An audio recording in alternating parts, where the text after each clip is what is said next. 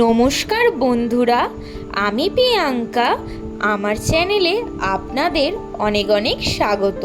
তো আজকে আবার একটা নিরামিষ রেসিপি নিয়ে চলে এসেছি, সম্পূর্ণ পেঁয়াজ রসুন ছাড়া পনির বাটার মশালার একদম ঘরোয়া পদ্ধতিতে করা, কিন্তু খেতে ততটাই সুস্বাদু আর লোভনীয়।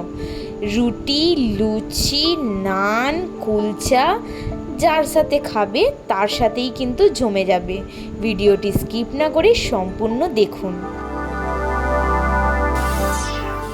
আমি এই রেসিপিটি করার জন্য সর্ষের তেল ব্যবহার করেছি। সর্ষের তেলে প্রথমে আমি টমেটো, একটু কাজু বাদাম ভালো করে ভেজে নেব। এখানে আমি কিছুটা আলমন্ড বাদামও ইউজ করেছি, এটা কিন্তু সম্পূর্ণ তোমাদের ইচ্ছা, তোমরা চাইলে নাও দিতে পারো। আমি এখানে দুটো টমেটো ইউজ করেছি। এখানে কালারের জন্য আমি কাশ্মীরি লাল মির্চ ব্যবহার করেছি।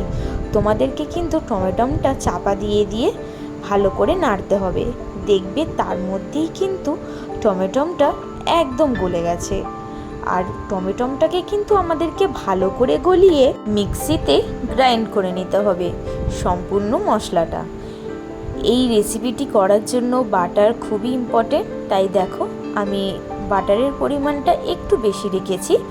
বাটারটা দিয়ে দিলাম।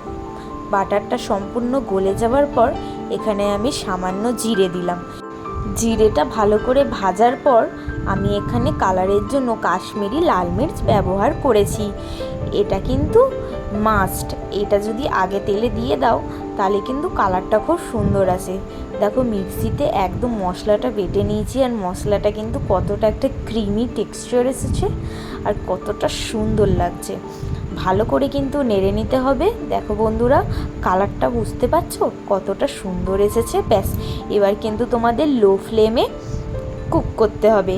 যখন দেখবে তেল বেরিয়ে আসছে সেই সময় তোমরা একটু চিনি আর নুনটা পরিমাণ মতো দিয়ে দেবে। এরপরে তোমরা জলও ইউজ করতে পারো। আমি এখানে হালকা জল ইউজ করেছি, খুব একটা বেশি জল ইউজ করিনি। জলটা দেবার পর আমি কিন্তু একে একে পনিরগুলো এবার দিয়ে দেবো। জলটা দেওয়ার পর আর তোমাদের ইচ্ছা ফোটাতেও পারো, নাও ফোটাতে পারো, কিন্তু আমি এখানে পনিরগুলো সব দিয়ে দিচ্ছি।